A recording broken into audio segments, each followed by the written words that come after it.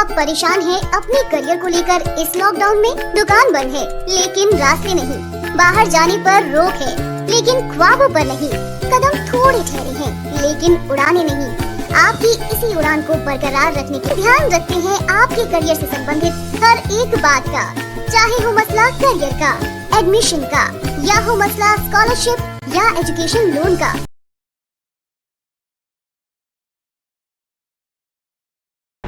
उत्तर प्रदेश में आबादी कंट्रोल करने के लिए कानून बनाने की तैयारियों के बीच अब बिहार, मध्य प्रदेश जैसे राज्यों में भी ऐसी ही मांग उठने लगी है। उत्तर प्रदेश के विधि आयोग ने जनसंख्या नियंत्रण कानून का ड्राफ्ट तैयार किया है, जिसके मुताबिक 2 से ज्यादा बच्चों वालों को सरकारी नौकरी और अन्य कल्याणकारी योजनाओं के लाभ नहीं दिए जाएंगे।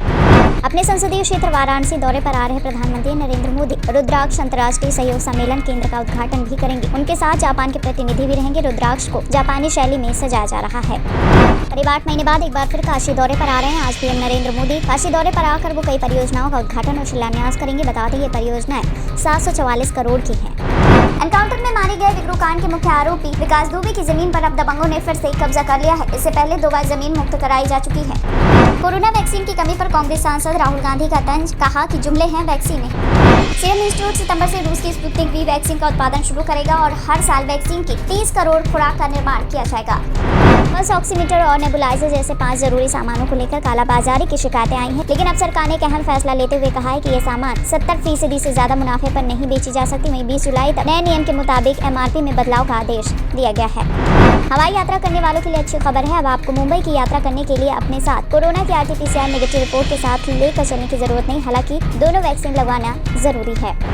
प्रधानमंत्री नरेंद्र मोदी ने उन सभी राज्यों के मुख्यमंत्रियों के साथ बैठकें शुरू कर दी है जहां पर फिलहाल कोरोना संक्रमण के ज्यादा मामले सामने आ रहे हैं। अब 16 जुलाई को महाराष्ट्र, तमिलनाडु, आंध्र प्रदेश, कर्नाटक, केरल और ओडिशा के मुख्यमंत्रियों से बात करेंगे।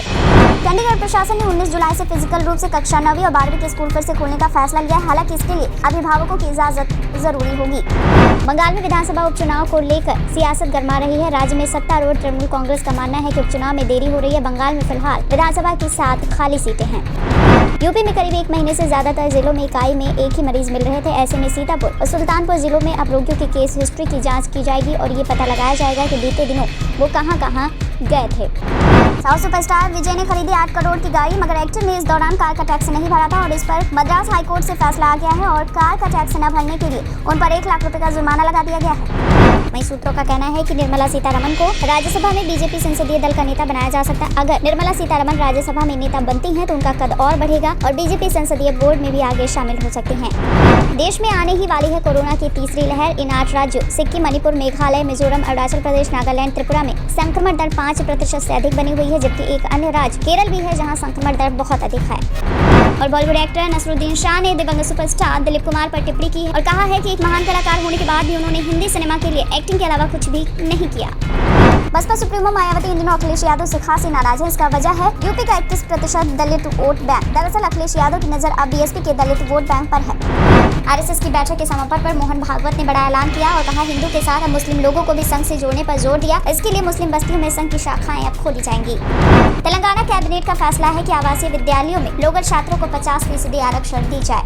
उत्तर प्रदेश में शिक्षकों से नहीं कराए जाएंगे गैर शैक्षणिक कार्य। इलाहाबाद हाईकोर्ट ने सभी DM को आदेश जारी किया है। दुनिया के सबसे बड़े टेक इवेंट में से एक मोबाइल वर्ल्ड कांग्रेस का समापन हो गया। बता दें इसमें सैमसंग के फ्लैगशिप स्मार्टफोन को बेस्ट स्मार्टफोन चुना गया है।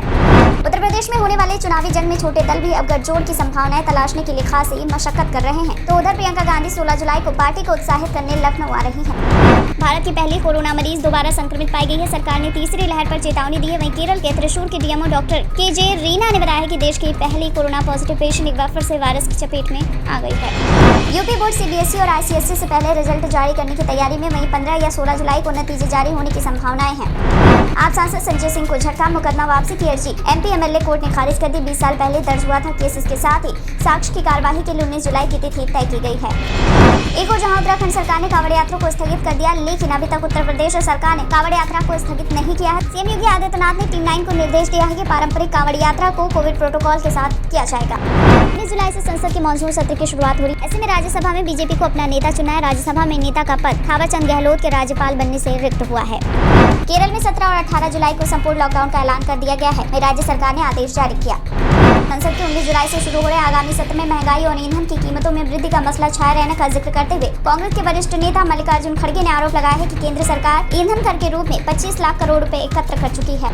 मौजूदा फाइजर की वैक्सीन को भारत में आने में देरी हो सकती है, शर्तों को लेकर अभी भी चल रही है बात। देश भर में कोरोना के मामलों में गिरावट के बीच मौत के बढ़े आंकड़ों ने चिंता पैदा कर दी। हालांकि सरकार की ओर से कहा जा रहा है कि मध्य प्रदेश की ओर से आए बैकलॉग डाटा की वजह से हुआ है। कर्नाटक हाईकोर्ट ने यूपी पुलिस के खिलाफ ट्विटर इंडिया के एमडी की याचिका पर 20 जुलाई को आदेश सुनाएगा। दूसरे उद्योगपति गौतम अडानी ने अडानी ग्रुप के मुंबई के अंतर्राष्ट्रीय हवाई अड्डे का पूरी तरह से टेक ओवर कर लिया है और हजारों नई नौकरियों का वादा भी किया है। रेलवे स्टेशन पर 300 रूम का 5 स्टार होटल गांधीनगर में ऐसा स्टेशन बना है जैसा अभी तक किसी भी देश में कहीं नहीं बना है। इस रेलवे स्टेशन में कई आधुनिक सुविधाएं हैं। यहाँ अलग से प्रार्थना रूम और बेबी फीडिंग रूम भी बनाया गया है। राजस्थान के सीएम अशोक गहलोत को भारत रत्न देने की मांग की जा रही है। बता दें कांग्रेस नेता ने पीएम मोदी को इसके लिए पत्र भी लिखा है। टोक्यो ओलंपिक में व्यक्तिगत स्पर्धा में गोल्ड मेडल जीतने वाले खिलाड़ी को 6 करोड़ रुपए देगी यूपी सरकार।